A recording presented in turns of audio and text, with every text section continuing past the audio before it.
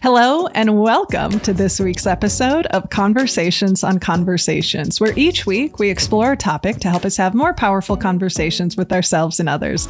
I'm your host, Sarah Noll Wilson, and joining me back today is my dear colleague and friend, Gilmara Vila Nova-Mitchell. For those of you who may not remember, let me tell you a little bit about Gilmara because she is one of my favorite humans in the whole world that I get to spend time with. For almost 2 decades, Gilmara has been helping organizations and leaders become more effective and inclusive through her engaging diversity and inclusion professional learning sessions, leadership development programs, and equity and cultural proficiency coaching. Gilmara has worked with HR managers, chief diversity officers, and other leaders to create more inclusive work environments. Gilmara has collaborated with organizations from the private to the public sector in a variety of industries. She supports organizations to develop strategic plans, create equity-driven monitoring tools, create more inclusive cultures, and learn more about equity-driven leadership. Born in Brazil, Gilmara moved to the United States in 2001. She holds a Bachelor of Multicultural Education from FUMEC University in Brazil and an MSc, Master of Science of Education, from the School of Counseling from Drake University. She also has focused her doctoral studies in organizational behavior with a focus on trust in the workplace. Gilmara, welcome back to the show. I mean, you and I, we talk all the time. It's just not every day that we turn on the recording. True. Thank you for having me back. I'm so excited to explore this topic with you about the idea of how do we effectively develop other people? How do we build capacity in other people? But before we hop into that, it's been a few months, it's been a bit since we had you on the show. And so while you and I get to connect on a regular basis, what would you want the audience to know about who you are now since last time we chatted? Ooh, so much has happened. One thing that has been happening for me is with spring, the kids have had a lot more activities. And so we are on the go, enjoying the nicer weather, but very, very busy, which is fun and exhausting all at the same time.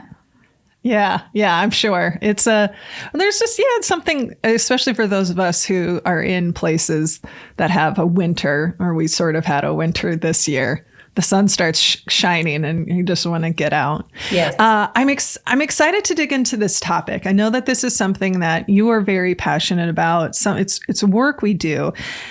And so many of us aren't equipped for what it looks like to actually develop people. So something that, I've mentioned on previous episodes is this idea that most people in management, and to be clear, sorry, I'm going to stop myself. We are going to talk about it through the lens of work. And these are also skills and approaches and mindsets you can use for supporting the growth and development of your children, the growth and development of your family members, of your friends, whatever that might look like. So I want to give that context.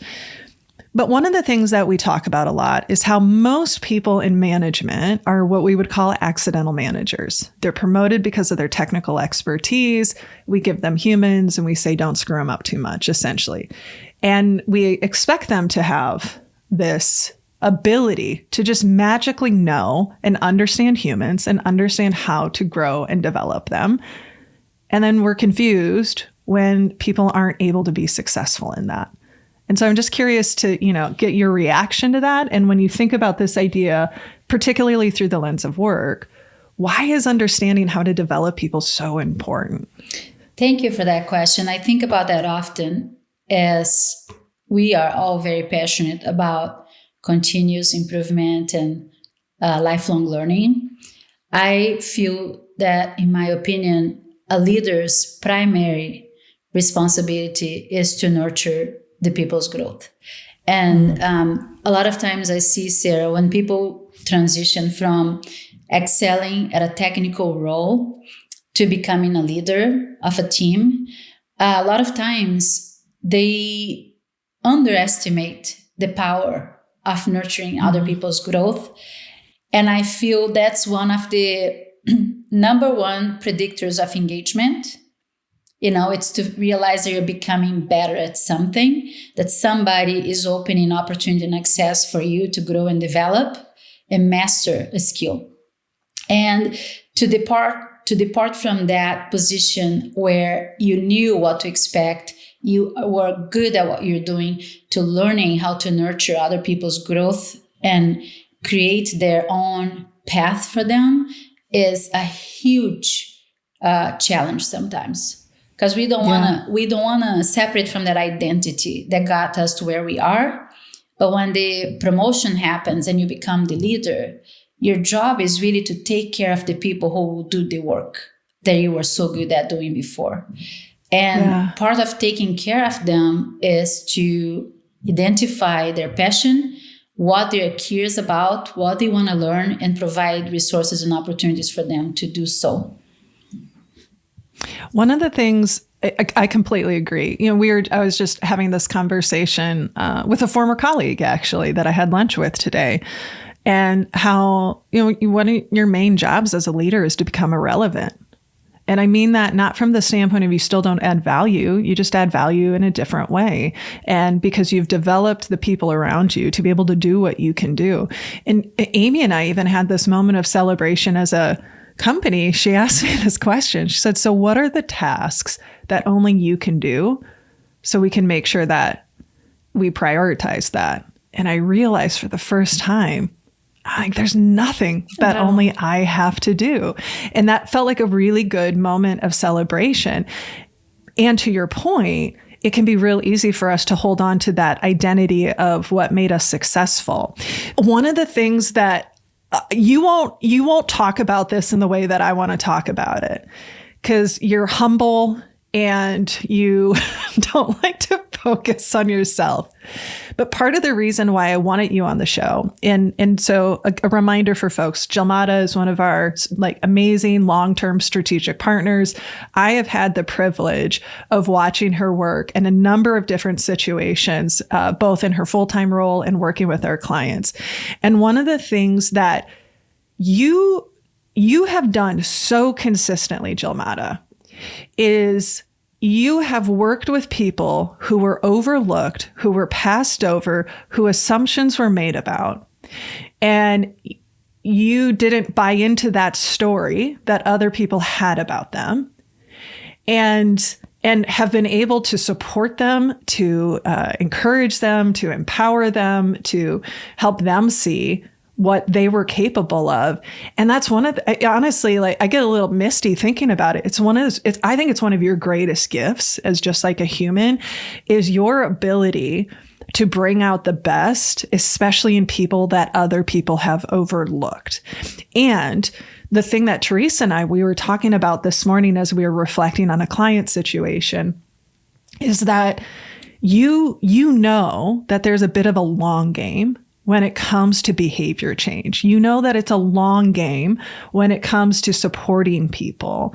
And so I'm curious, when you think about, and I hope that you're comfortable thinking about this, but I want to know, what are some of the things you're very intentional about? Because I know you're a very intentional person when it comes to developing other people. Thank you for that question. I often think about what kinds of opportunities can I create for this person?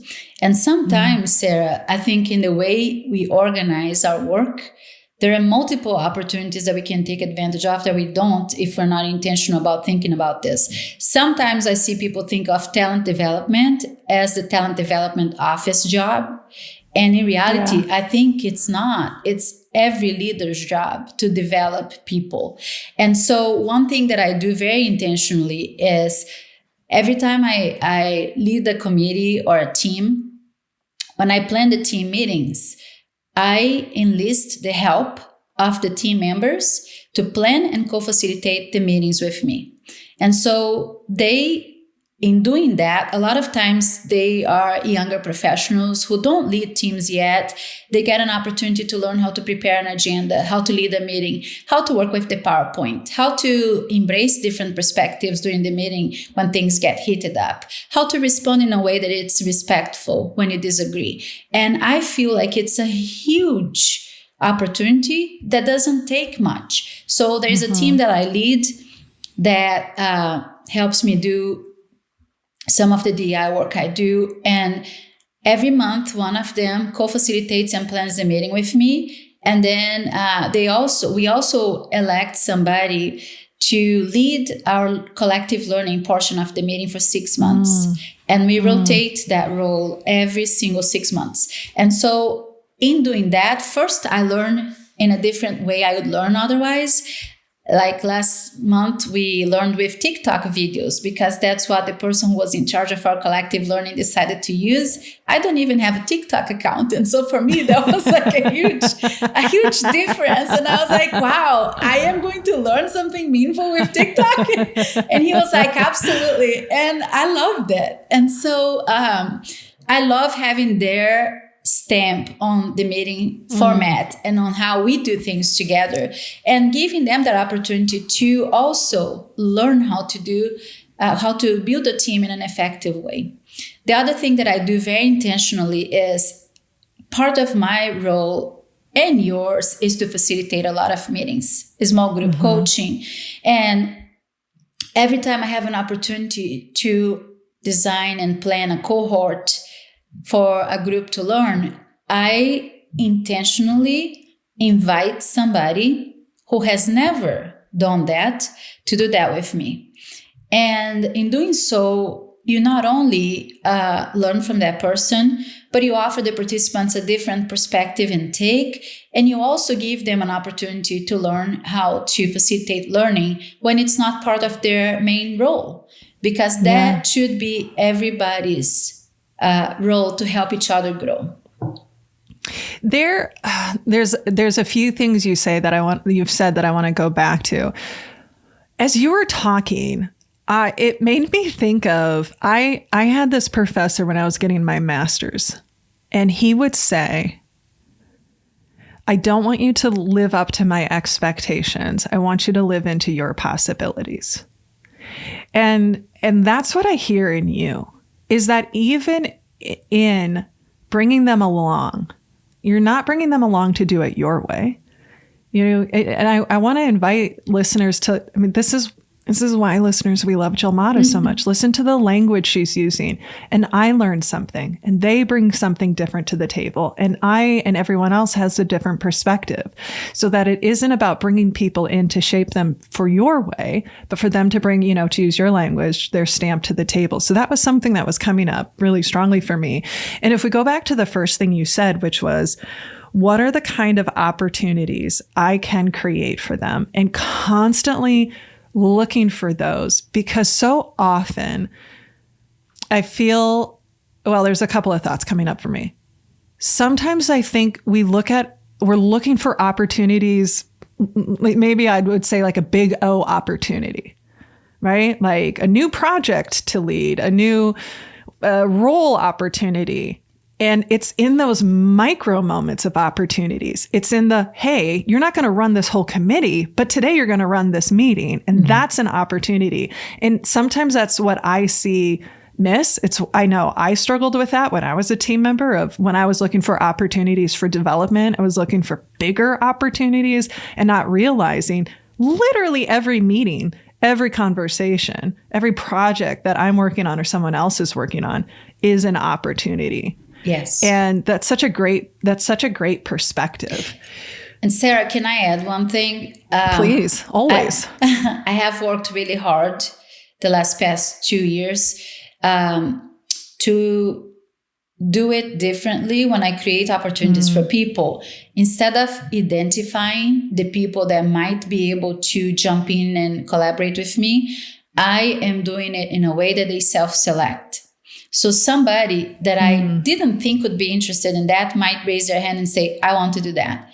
And that has changed everything for me, because a lot of times we tend to handpick people, and our bias comes into play, and we pick similar people over and over and over again, the people that we're the most comfortable with. And what I have started doing is I show the team, these are our goals for this year. These are opportunities. Can you tell me one thing you want to learn and one thing you want to do? And so these are all things that are outside their main job description and their main role. But I like to expand their opportunities in a way that they are starting to do things that will serve them no matter what kind of job they have, such as leading a meeting, facilitating learning, planning an agenda, and embracing difficult conversations and things like that. We don't spend enough time with people giving them opportunities to do that before they become a leader.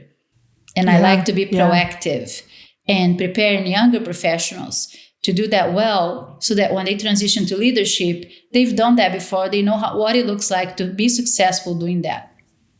Yeah. Well, and that idea of, inviting people, encouraging people.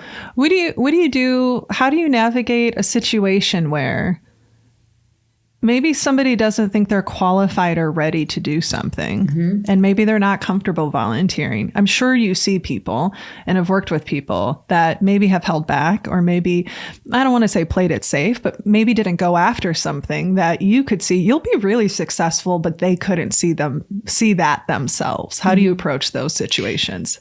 I think we start with small steps, right? Instead of leading the learning for 6 months, why don't you do it 1 week? And then if that goes well and you want to continue. I think breaking down in small steps sometimes helps people who are more timid or insecure take the leap.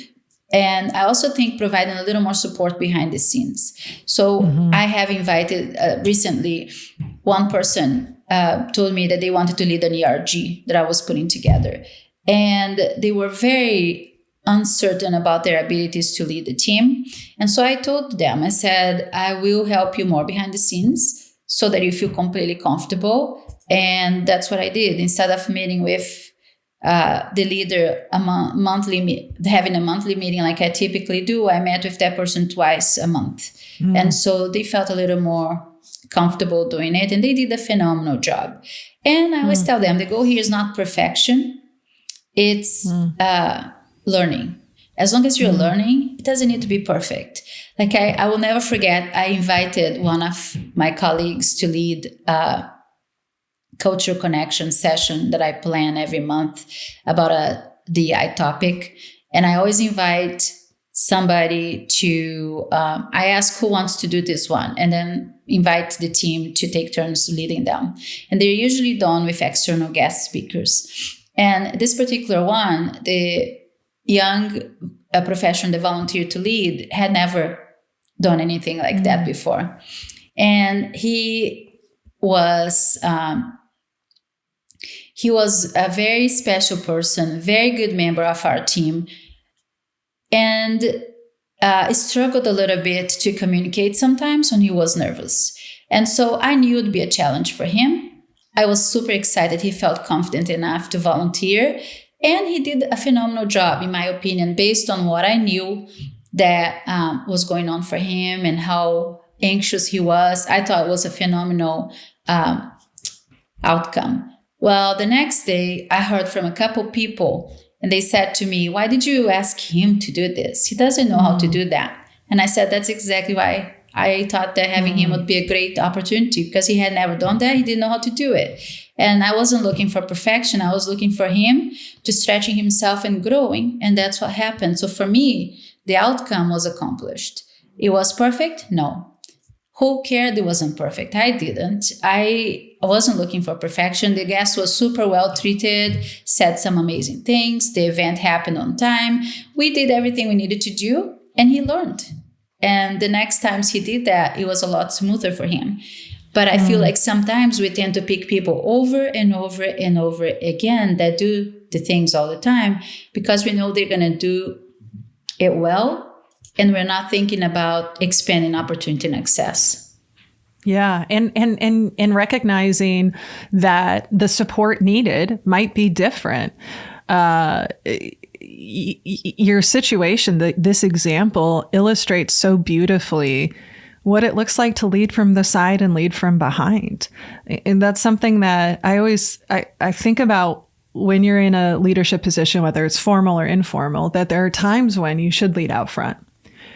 There might be situations where maybe you need to be, more of a decision maker or directive or whatever the case is. But then there are times when you walk alongside people, and then part of it is walking from behind. And that's what I hear in the example that you're sharing with him is, I'm going to walk alongside you. I'm going to give you even more support from behind. And one of the things that I know we hear a lot is, I don't know why it's making me laugh, but it's not a good laugh, but we just don't have time. And there's such an epidemic, I feel like, of time when it comes to the workplace. What are the things that you see that either get in people's way or they think gets in their way? I think the most common roadblock I see in this is in involving others and helping them learn is, honestly, it's patience. We're used to having everything so instantaneous and so fast and on demand that we have lost our capacity to be patient. And humans learn at different paces. I'm a very slow learner. I'm not a fast, quick learner. And so for a person to be able to teach me, it takes a different pace. And if you speed up, I get overwhelmed and I don't learn one thing. And so I feel like we have to practice patience to be able to really provide people opportunities to learn and develop and grow with psychological safety in a way that it's not paralyzing, in a way that it's exciting. Yeah. That point of patience. Just this week, I've heard 2 or 3 separate occasions, essentially the same thing said. I gave this person feedback. They were better for a week and then they slid into place. So now we need to hold them accountable, or now we need to. And part of your job as a manager of people, we'll say this, right? Humans, is understanding that learning looks different for different people. It looks different for different tasks. There are things that we can pick up really easily and quickly, and there are things that are going to take time. And earlier when I said you're so good playing the long game, it's because it's patience and intentional acts, right? It's not just giving people time, but it's being really intentional about this. At least this is what I observe in you, is giving people the time plus very intentional support, which you're already explaining about. And there is this tendency to be like, well, they didn't pick it up in a week. Guess what? I haven't changed most of my behaviors in a week. Yeah. If I did, I would be fit. I would be playing the accordion on a professional level. I would be, opening my focaccia bakery by now, or whatever the case might be. Yeah. And that mindset. And you know what's interesting about patience? I was just talking to one of your clients this week, and one of the things they said was, she's really helped me to have more patience. Oh. And so just so you know, that's got some good. love. I feel that, especially with non-technical skills, which is what I'm really interested in teaching people and helping them learn, it's not a fast journey. Because humans are unpredictable. For you to learn how to handle difficult conversations, how to self-regulate when emotions are high, how to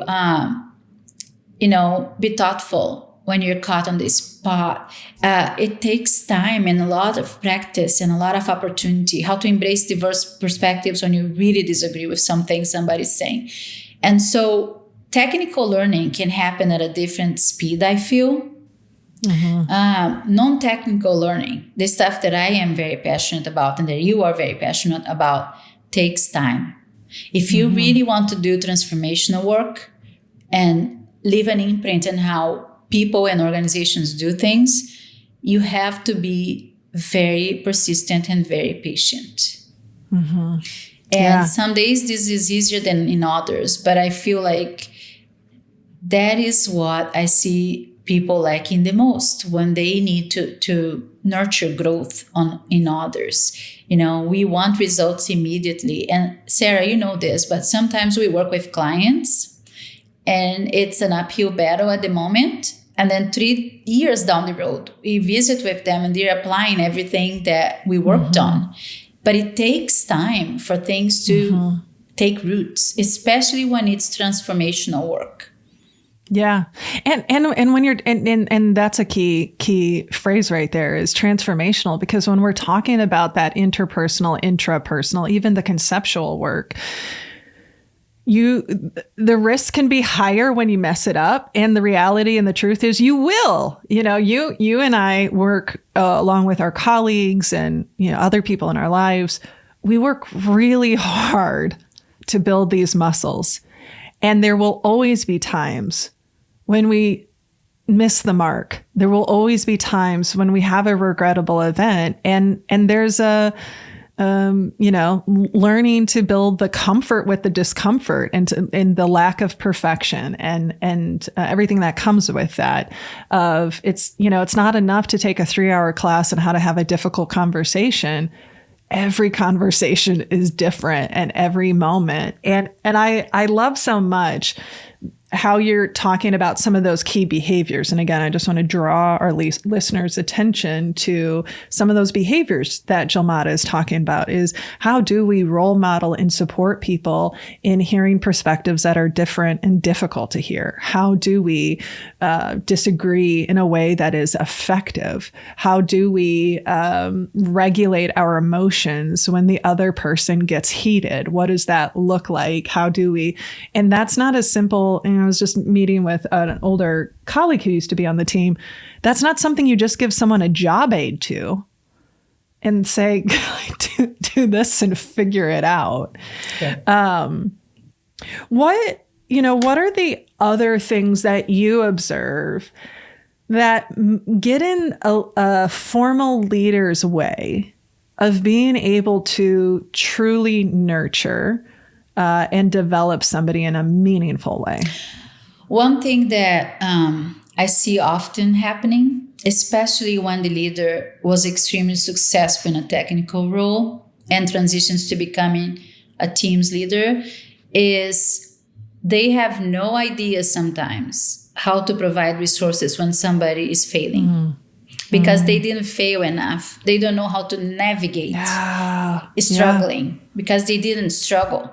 They were excelling. The majority of the time they were in a technical role. And so I feel like you learn how to navigate productive struggling by failing. And so when they have a team member who is failing and needing extra support, their only resource sometimes is to let the person go or to start the blame game.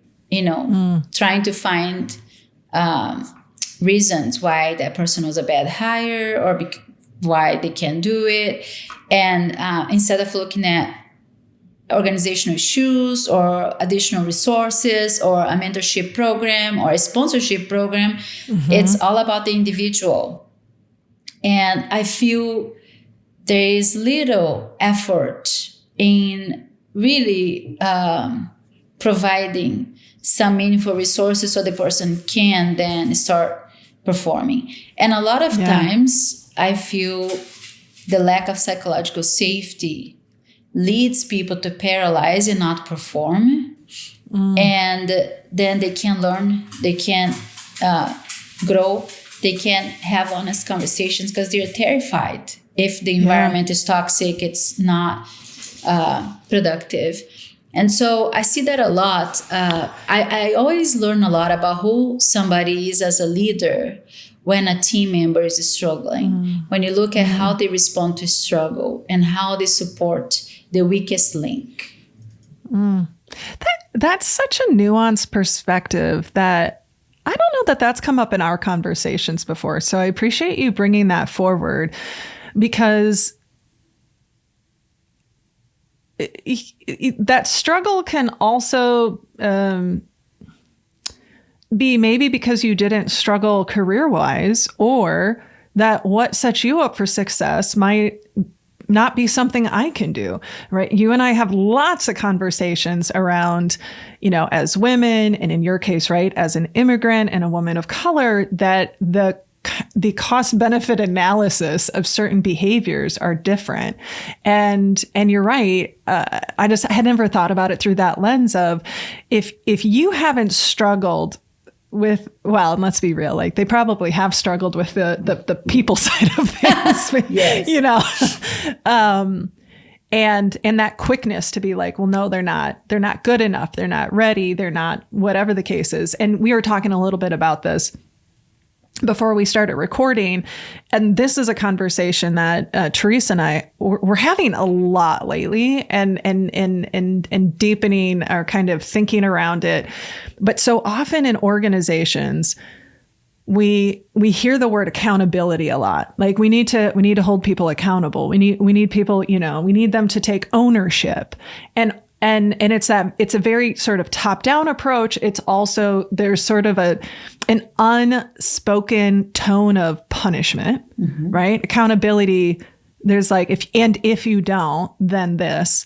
And again, I'm not suggesting that people don't need to have clear expectations and held to those expectations, but we almost never hear organizations talk about, and here's the support we're going to provide. Yes. And Teresa, and I know this comes from like a educational research and theory, is when the expectations are high, the support has to match the expectations. Yeah. And when the gap is significant from where somebody is behaviorally or skill development wise to where you want them to go, then the support needs to match that. And so often I think that we fall into this trap, and I know I did this as a manager too, that I wasn't as intentional about what is the support I'm giving this person to set them up for success, but was more focused on, well, how do I hold them accountable? Absolutely. So they do what I say. I totally agree with that. In fact, I believe that it's not possible to hold people accountable before you give them a chance to learn. How can we hold people accountable if we haven't provided them an opportunity to learn and develop in that area? A lot of times I see accountability criteria being put in place before people give an opportunity to that individual to learn about that. Yeah. And I feel that's irresponsible.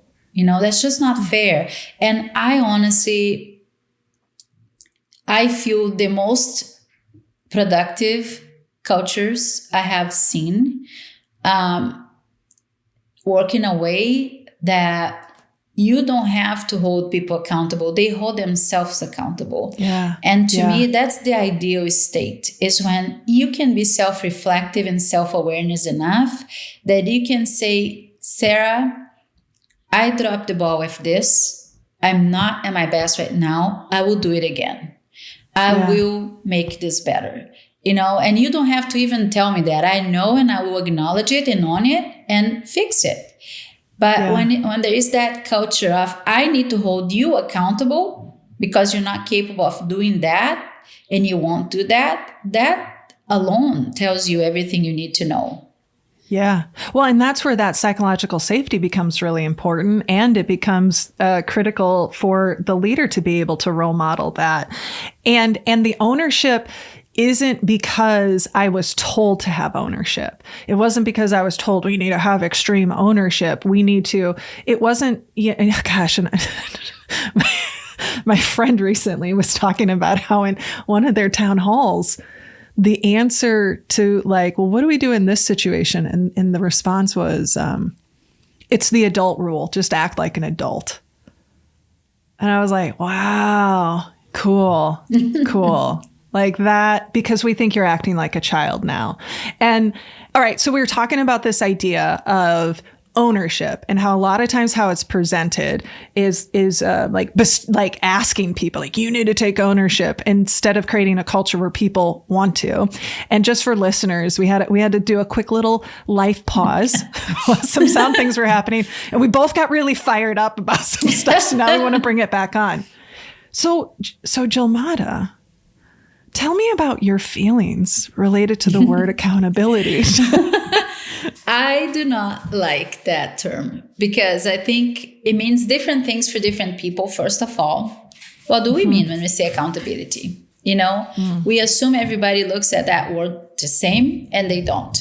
Secondly, I don't like it because it has a big brother is watching kind of tone, and I'm going to catch you dropping the ball, and I will let you know. I'll make sure I let you know about that. And I also don't like that it creates this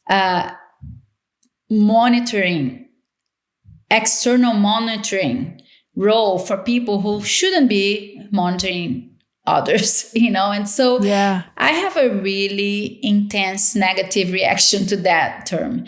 I love to receive feedback. I embrace that. I think when feedback comes your way and comes in a way that it's intentionally designed to support and help, it's the best gift you can receive. Accountability, in the way I see happen, is just a way to catch people doing something that isn't positive and rub that in their face. And I'm not a big fan of that kind of behavior. So I do not like that term. I don't use it. And I firmly believe we have to give people a chance to grow and learn before we come with the accountability police, Yeah. Well, and again, this is, I have seen it. I have seen you do this over and over again, that people who others have written off as not as qualified, not as skilled, not as can't take this on. They're not ready for it. Miraculously, when you're working with them, not only do they show up and are ready for it, but like they find their sense of mission and purpose because you value them and you show them how they're valuable and you provide the support. And that's so fascinating to me. And that idea of like the big brother, we just recently saw a job description for like a leadership development role. And one of the sentences was, what was it? It was something to the effect of, must work in an environment where everything you create will be critiqued. And the word critiqued stood out to Teresa, Brandon, and I. Yeah. And we were like, we hear critiqued and we hear criticized. Yes. And I understand maybe that's not what they mean, but it has a different like tone. I agree. My interpretation, because we all interpret words differently, is, having something reviewed, having an iterative process, a continuous improvement process, whatever you want to use. Yeah. And I do see people writing people off all the time. And maybe they're writing them off because of biases they have, which we all have. We know this. Maybe they're writing them off because, maybe it's really not the technical fit for them, right? Like maybe they're not the right company or this isn't the right role for the person. But it is amazing that when if you get somebody in there who knows actually how to support and nurture somebody, they'll always thrive in a way, or often will thrive in a way that they couldn't before. I agree. Oh, yeah, share your thoughts. I think people respond to the way you see them. When you see potential in people and you believe in them, they behave accordingly. They deliver. Absolutely. And when you think they're stupid, they act stupid in front of you. And you don't need to say that to them. We are wired to read nonverbals. And so we'll pick up on that without the person having to explain. Every time I go facilitate a session, I look at the participants and I think these people are smart. They have a lot to teach me. They are people who are full of experiences and potential, so that I treat them accordingly and they respond to it. When you go and you think, I know everything and they don't know anything, then they won't engage as much because they will feel that arrogance and they won't do their share or pick up their part, Yeah, and it is a long, well-researched phenomenon, right? Called the Pygmalion effect, that it's the self-fulfilling prophecy, which is why something I've become passionate about, and also I'm trying to be very deliberate on for myself, is what is the language I use even when I think about certain people or think about certain groups, because exactly that. And, I mean, anyone listening, just like Google the Pygmalion effect. And essentially the studies that have been done over and over and over again, basically it's like a teacher is told, hey, these are high performing students, and they treat them as such. And guess what? They perform higher. And then they're told another group is low performing, and they treat them as such, and they end up low performing, when really it was just a mix of both. Yeah. And so we have to be aware of that. And that's something that, again, I'm working on for myself. And it's something I'm working on with people when they say things like, I mean, I think they're an idiot, but I'm going to support them. Like, no, you're not supporting them if you think they're an idiot. If you're using language like entitled, if you're using language an idiot, they're, whatever it is, something just came up this week, and somebody was saying, it's hard when, we have this person that the team needs to work with, and, they're just kind of an idiot. And I can't tell the team that, but in my head, I'm thinking they're an idiot. And I'm like, so let's pause on that. Yeah. How does that shape how you show up with that person? And how does that shape how you show up with your team about that person?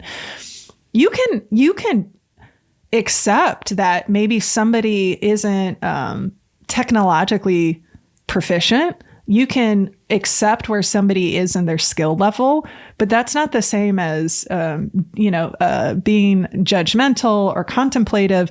And something that I often see is people think that because I'm not saying it, just like you were saying, that it doesn't impact how I show up. I'm like, oh, it is impacting how you show up. Absolutely. And you and I, we both have had times where I'm really struggling with this person. And you said it best one time, like, what can I love about this client right now? So I can shift to that place, so I can show up as my best for them. Yeah. If you can't find at least a couple things you love and appreciate about the human being you're working with, you can't serve them. Yeah.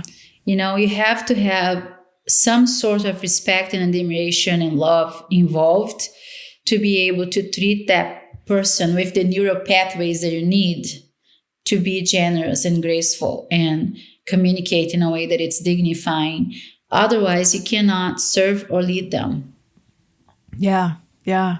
And so, when you think about, if you want to be somebody who can bring the best out, you have to be able to see the best that's in there. That, when I was going through my coaching certification, that was one of the big mantras, if you will, was the person in front of you is resourceful and whole. They are creative, resourceful, and whole. They just need to tap into that voice, or they need to tap into that wisdom and insight. But they're not coming to you from a place of deficit. Yes, I totally agree with that. And, are you going to love everything about everybody? No.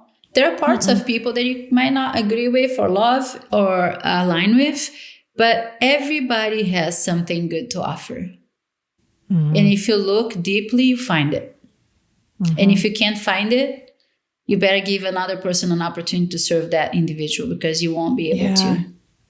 Yeah. This is why you're so good at what you do, Gilmara. This is why I'm so grateful that we have you to support and love on our clients, and honestly are a walking testament of what it looks like to fully and wholly support somebody. Again, thank you. Yeah, it makes me wonder when I see how you show up, again, for people who often get overlooked or dismissed or minimized, and to see their growth and to see their confidence and to see their ability come through. Sometimes I just wonder, gosh, like, what would the world be like if there was just a little bit more Gilmaras in positions of power and authority? So thank you so much for coming on the show. Just thank you for being you and exploring this idea of support. And the other thing that I want to say as we wrap up, and then I'll give you the final word, is a reflection for us as individuals is what gets in the way. of me being able to show up? Is it that I'm maybe making a judgment? Is it that I'm worried about not adding value myself? Is it that I'm tied to my identity of I'm the person who's the expert? And see if you can just test that assumption and show up fully for the people around you. What would be the final thing you want people to think about related to this idea of developing others? That we don't decide what's important for other people in terms of their development. We ask them where they want to go, what they're passionate about, and what's the best way to get there. People are the experts on themselves. They should guide us in providing them and opening that path for them. And so a lot of times we, with the best intentions, want to decide for people what their learning path's going to be, and that doesn't work. And we miss the boat. And so when you are trying to create opportunities for people, ask them, involve them in the planning of how that's going to look like and where they're going to go, and they're going to be a lot more engaged and a lot more fulfilled. But I also wanted to thank you for being such a good friend and colleague and always having my back. You are just so supportive when we are celebrating or when we are struggling. And I appreciate that so much. It's nice to have you in my corner. Thank you for being likewise so supportive and kind. Right back at you, babe. And while we continue to extend our goodbye, Gilmara, what's the best way for people to connect with you if they want to learn about working with you and getting the opportunity to partner? Well, they can check your website, sarahnollwilson.com, or they can find me on LinkedIn, Gilmara Mitchell. And I will be very, very happy to connect and meet new friends. So please reach out. And when we'll post that information. It's Gilmara@sarahnollwilson.com. It's a direct email. We'll post that in the show notes and highly recommend. She's just a good human to know. So thanks, Sarah. Yeah. Thanks for having me. Thanks, Gilmara. Our guest this week has been Gilmara Vila Nova-Mitchell. And while I always learn something from her, whether it's conversations like this or a late night text, one of the things I'm holding on to is that idea of we can't start with accountability if we haven't given space for learning. And it's such a simple way of thinking about it, but it's such a profound shift that we often don't see happening in the workplace. And as always, I want to hear from you. What resonated for you? What came up for you? What questions did this conversation spur?